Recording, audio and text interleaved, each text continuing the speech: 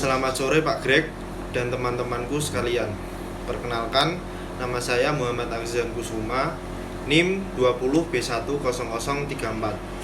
Di sini saya akan menjawab pertanyaan dari Pak Greg.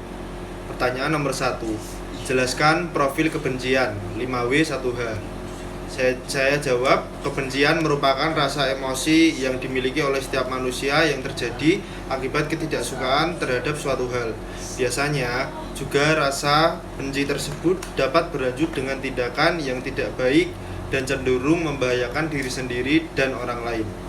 Kebencian dapat timbul dalam diri manusia karena kurangnya rasa cinta kasih, rendah hati, dan toleransi yang dimiliki oleh manusia itu sendiri. Jika dilihat dari konteks kehidupan sehari-hari, kebencian timbul karena ulah manusia antara manusia satu dengan yang lainnya. Sedangkan jika dilihat dari konteks agama, kebencian timbul akibat adanya pengaruh dari setan. Rasa benci timbul pada diri kita ini biasanya muncul karena saat kita merasa terluka, marah, kecewa, dan gagal dalam suatu hal. Kebencian juga sering terjadi saat kita berinteraksi antar umat manusia. Rasa benci yang dimiliki tiap manusia sangatlah normal dan manusiawi karena mengingat manusia tidaklah sempurna. Namun, bukan berarti manusia dibolehkan untuk membenci sesama. Kemudian pertanyaan nomor 2. Habitus atau kebiasaan apa yang harus dilakukan agar manusia tidak dikuasai oleh kebencian? Kebiasaan yang harus dilakukan agar manusia tidak dikuasai oleh kebencian, menurut diri saya sendiri, kebiasaan yang saya lakukan agar tidak dikuasai oleh kebencian adalah bersabar atau meminta ampun terhadap Allah Subhanahu wa taala atau beristighfar. Kemudian saya sering memikirkan efek samping jika saya dikuasai oleh kebencian. Contohnya, akan dijauhi orang dan merasakan penyesalan dalam diri sendiri. Dan juga yang biasa saya lakukan yaitu berpikiran jernih dan berusaha tenang.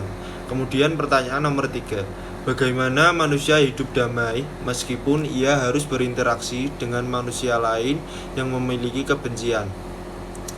Cara agar tidak tertular virus kebencian.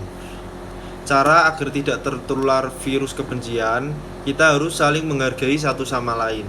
Kita harus mempunyai jiwa yang positif dan berpikiran positif terhadap orang. Dan apabila orang lain tidak bertolerir terhadap kita, lebih baik kita menjauh saja. Kemudian, saya juga akan menjawab tugas 2 yang bertemakan manusia yang berkomunikasi. Pertanyaan yang pertama. Bagaimana cara membentuk jati diri manusia yang solutif, bukannya disintegratif? Setiap manusia memiliki pemikiran yang berbeda-beda. Di era saat ini, jati diri atau karakteristik yang kita miliki akan sangat mempengaruhi di mana tempat kita berada.